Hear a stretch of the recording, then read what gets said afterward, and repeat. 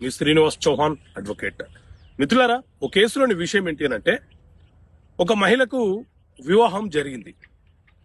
భర్త పచ్చి తాగుబోతు, పిల్లలను భార్యను పట్టించుకోవటం లేదు, కనీసం వాళ్ళ కనీస అవసరాలను కూడా తీర్చటం లేదు.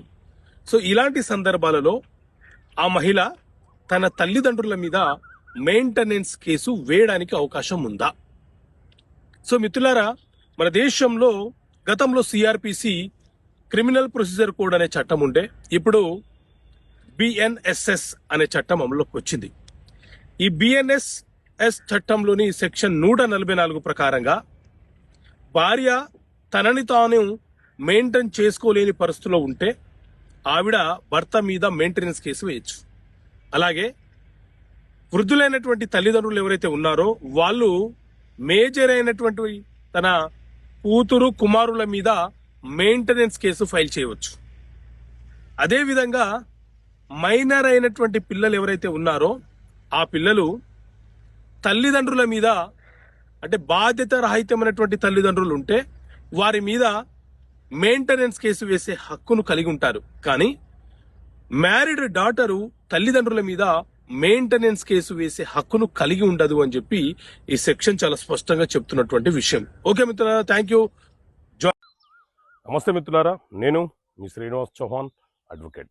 మిత్రులారా, ఎవరైనా ఆస్తి పత్రాలను డిపాజిట్ చేసుకొని మన వద్ద ఉంచుకొని అప్పిస్తే అప్పు తీసుకున్న వ్యక్తి తిరిగి చెల్లించకపోతే ఆస్తి పత్రాలను మన దగ్గర మార్టిగేజ్ చేసి అప్పు తీసుకున్నాడని చెప్పి రావాల్సినటువంటి బకాయిలను వడ్డీతో సహా వసూలు చేసుకునే వెసులుబాటు ఉంటుందా?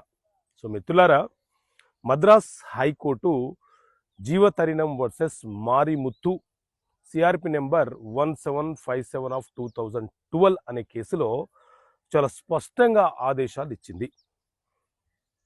ఎప్పుడైనా సరే ఓరల్ మార్టిగేజ్కి విలువ ఉండదు.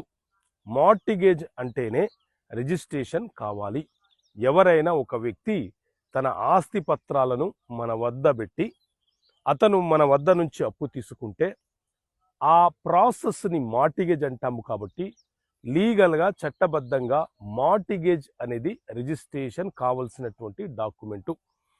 మీరు మార్టిగేజ్ చేసుకోకుండా వారికి అప్పిచ్చి వారి పత్రాలను మన దగ్గర పెట్టుకొని అతను నాకు మార్టిగేజ్ పెట్టాడు, అతని పత్రాలు నా దగ్గర ఉన్నాయి, ఇప్పుడు నాకు తిరిగి అప్పు వడ్డీతో సహా చెల్లించటం లేదు, కాబట్టి ఆ ఆస్తి నా పేరు మీద రిజిస్ట్రేషన్ చేయండి